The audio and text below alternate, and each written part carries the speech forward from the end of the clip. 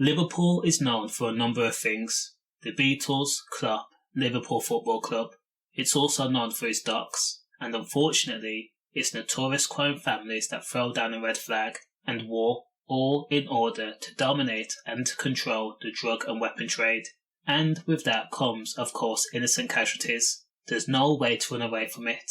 In a span of 12 months, there's been over 97 shootings in the northern city. In the media, a police spokesperson will often assure the general public that there's no greater concern to the wider community, and they also portray a kind of unity, saying that it's hard for Brits to get their hands on a Glock or a revolver or a pistol. Yet, ask the average Liverpudlian, and they will tell you until they're blue in the face, if you have at least £150, and ask a few people, someone would know someone who can get their hands on a machine. Now, we live in the real world, so we ought to be smart enough to understand that pistols are an argument ender. It's capable of resolving conflict against lesser criminals, like the average foot soldier. However, at the top of the criminal tree, crime families control the importation of Class A and Class B substances. Now, gangs arrange importation of Class A and Class B substances, bricks, 9 bars, sacks, ounces. They are packaged and dressed up and then sold to other criminals at a wholesale price. It's then distributed to local communities. Or, minions working on behalf of the crime families are sent via train or coaches or taxis or Ubers or car rentals to other cities and coastal towns for county lines operations. Armed with an overnight bag and a handy-dandy burner phone and a Lycra SIM card, customers are then targeted by mass messaging, detailing the finest product on offer. Customers then flock to these people.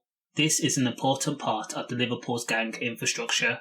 And in order to protect their profit, their assets and their reputation, pistols are part of their repertoire, their inventory, and they will use them, as statistics have shown.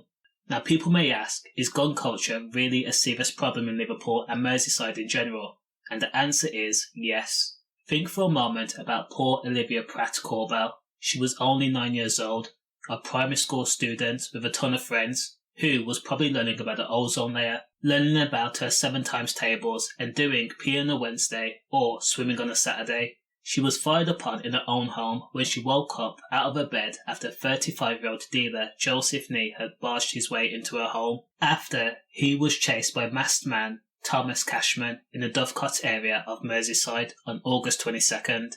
Now, Thomas Cashman had fired twice into the home, hoping to hit Joseph Nee. Instead, what he did was botch the job.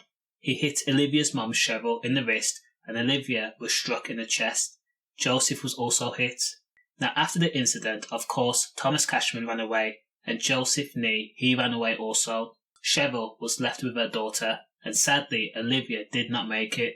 Now, how can anyone, civilian or criminal mastermind, think that an innocent 9-year-old girl being shot is okay? Part and parcel of running a criminal enterprise. That could be your sister, your daughter, your niece or goddaughter. It could be anyone. Now, more recently, 26-year-old Ellie Edwards, who had been enjoying a dance and a drink with her friends and sister at the Lighthouse Inn pub in Wallasey, the 26-year-old was caught in a crossfire when a person fired from outside the pub. 4 people, including Ellie, were injured. Sadly, Ellie was struck in the head. Now, police say that after the shooting, a black Mercedes had sped away from the car park. In connection to the incident, 3 people have already been detained.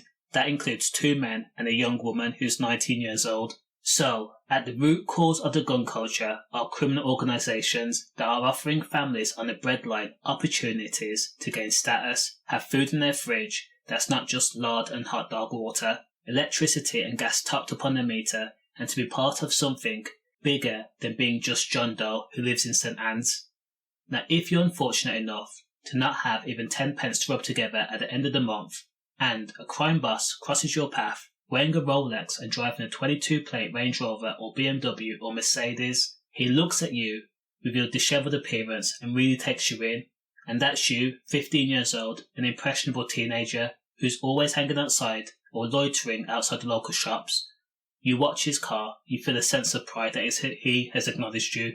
Now, the criminal boss comes back and gives that teenager, you, a tenner just for looking after his car for 30 seconds. He then tells you, if you're not doing anything, I'll give you £100 to take a package to a flat, and just all you have to do is return with a bag.